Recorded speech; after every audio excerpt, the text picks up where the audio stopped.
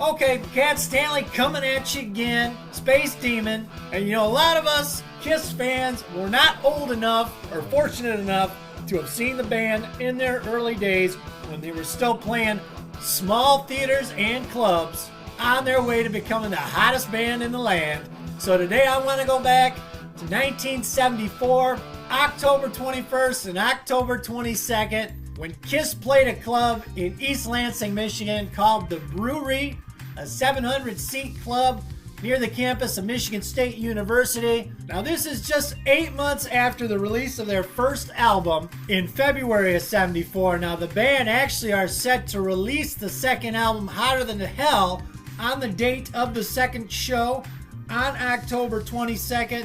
Now by this time, most places Kiss were still playing small theaters and small halls, but of course in Detroit Rock City, just 3 weeks earlier, they had headlined the Michigan Palace in the city of Detroit.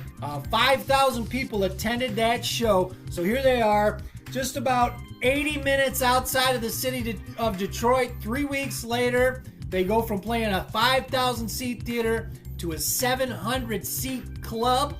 And I want to take a look at a review of that first show by a guy named Dave DiMartino, who worked for the State News, which I think is the Michigan State University newspaper. And here's what he had to say. The heading of the article says, "Kiss leaves bitter taste in brewery appearance." And he says that if Kiss is any indication of the future direction of rock and roll, we are in big trouble. He described the concert as a conglomeration of glitter rock, blood and guts, high decibel thrills, and images ranging from Batman and Star Trek to your typical Halloween party. He says the magic was definitely not in the music, it was in the show. He goes on to allude to the band's popularity in Detroit, and he says this. He says, "A Detroit crowd could have loved this band Monday night as it pioneered new loudness levels previously reached only by the legendary Blue Cheer." Now, Blue Cheer were a San Francisco rock band, the first American rock band to use Marshall amplifiers, and were the first band listed as the loudest band in the world in the late 60s. They're regarded as one of the earliest heavy metal bands. Their big number was a raucous rendition of Eddie Cochran's song Summertime Blues. And it's a funny thing he says about Gene Simmons. He says, "Picture an Uncle Fester of the old Addams Family TV show look-alike, with hair wagging, a 12-inch tongue in and out as a prelude to spitting up blood on the strings of his bass guitar, a la The Exorcist." Don't know where he gets the comparison with Uncle Fester, but he goes on to refer to Peter Criss as a drummer with a face made up to resemble a negative image of Felix the Cat. For his grand finale, he and his drum set rose 4 or 5 feet in the air while dry ice smoke blew out from the airborne set's point of origin. And he goes on to refer to lead guitarist Ace Frehley as looking like an extra in It Came From Outer Space. He called that one pretty good, I think. And he says that lead vocalist and rhythm guitarist Paul Stanley was the least grotesque of the group, and said that Stanley screamed to the audience between each number. Of course, Paul Stanley was doing his Steve Marriott impression back then. We all know about his famous raps between song. "All you people over here," all that kind of stuff. And then he says, between the smoke and flashing police lights, Kiss managed to play a convincing, though conventional, set of rock and roll. As collective composers, the group leaves much to be desired, occupying another region somewhere between Bachman Turner Overdrive at their best and Blue Oyster Cult at their worst. He goes on to say, Kiss in concert was not much to listen to, but after seeing a show filled with blood and police sirens, can anyone really complain? The one thing he leaves out, he doesn't mention Gene Simmons breathing fire. I don't know why he would leave that out of the review unless, since they were playing such a small club, and according to KissFAQ.com, even though the capacity of this club was 700, they oversold the show and the audience was listed at 1,000. So 1,000 people in a 700 seat venue. Maybe that's why they didn't do the fire breathing. But I know Kiss was always adamant in their early days that they didn't compromise their show no matter what the size of the venue. So I don't know why he wouldn't have done his fire breathing that night. But some other interesting facts. According to Kiss FAQ, this guy doesn't mention an opening act, and they said that possibly it might have been a local band that opened the show, but it doesn't sound like there was an opening act. Interestingly enough, 2 days earlier, Kiss had played a show in Toledo, Ohio on October 19th at the Renaissance Valentine Theater in Toledo to an audience of about 1,300, and the opening act was the Rockets, which were a Detroit-based band that featured drummer Johnny Bedanjic and guitarist Jimmy McCarty from Mitch Ryder's Detroit Wheels. So interesting that a Detroit band opened for them 2 days earlier in Toledo, Ohio, but did not open the show for them in their home state of Michigan 2 days later at the small club. It's interesting because they did the club shows October 21st and 22nd at the brewery in East Lansing, Michigan. And here's an ad for that show. It says, "Hold on to your seats. Kiss is coming to the brewery. Kiss is an experience in incredible theatrics, including bizarre makeup, wall-to-wall amps, and extraordinary music power." I don't know if this was an ad, who wrote the ad, if it was something that was, that the band wrote this, or if the newspaper came up with this. But the fact that they referred to their wall of amps that we now know a lot of those were empty speaker cabinets is pretty funny. But then again, that was in their early club days. They were using the dummy cabinets. So I imagine probably by now, playing the bigger halls and auditoriums, their back line was probably genuine Marshall amps. Here's another ad for that show. It says, "Held over, one extra night, Tuesday, October 22nd. The brewery, MSU West, campus of Michigan State University." And as much as I like to talk about Detroit Rock City, Kiss was getting very popular in other places as well. Like Evansville, Indiana on September 30th, they played a 13,000 seat Roberts Municipal Stadium along with Billy Preston and Rush opened that show.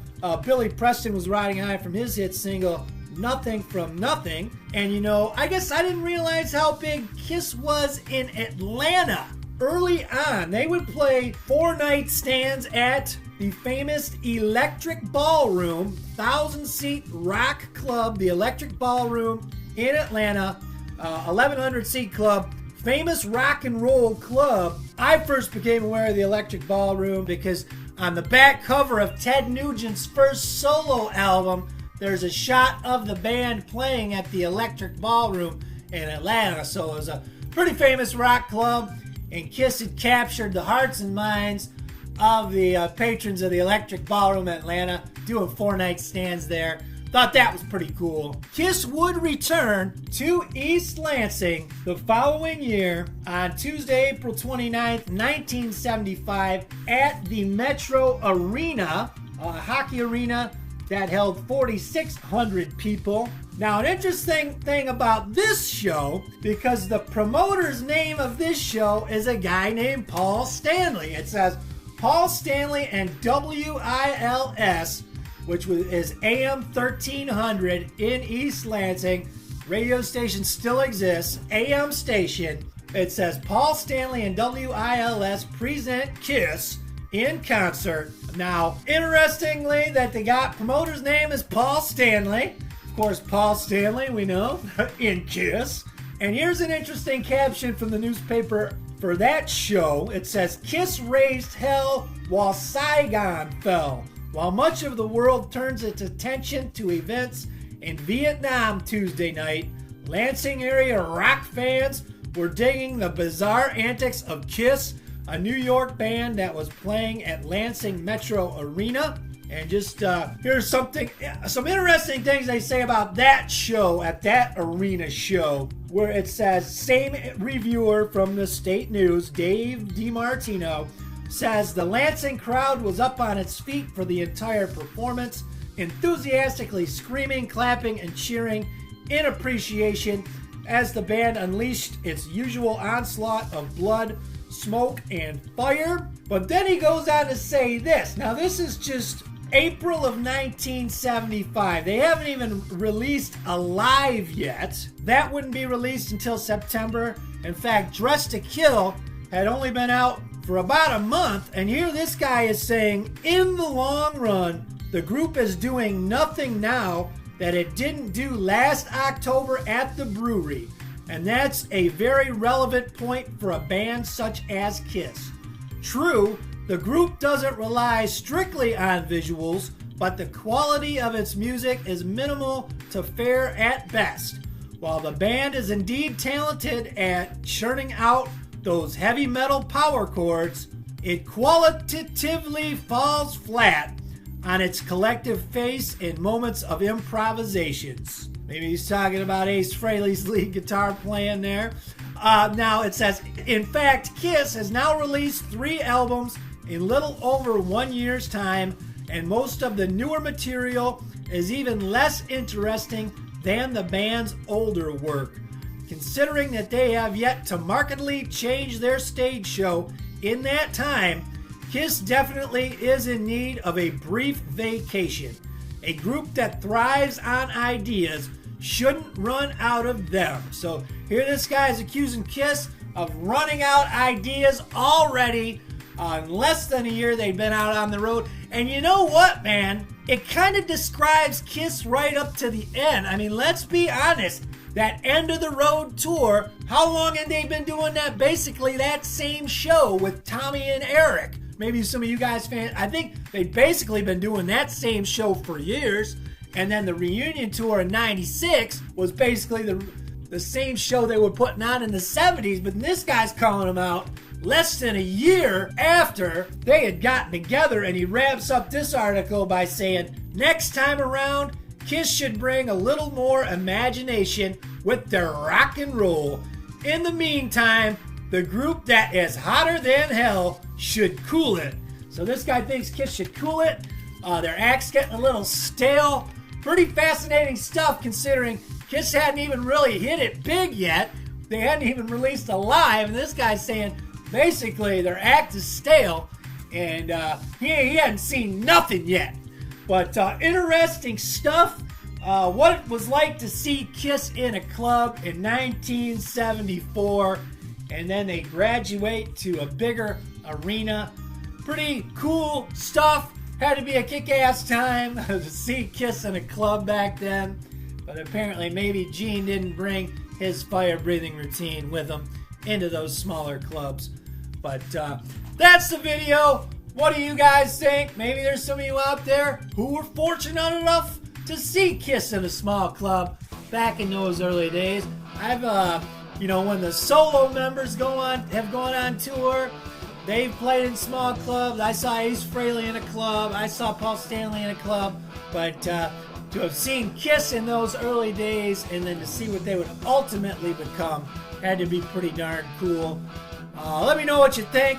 That's the video. We'll see you next time. Who's here?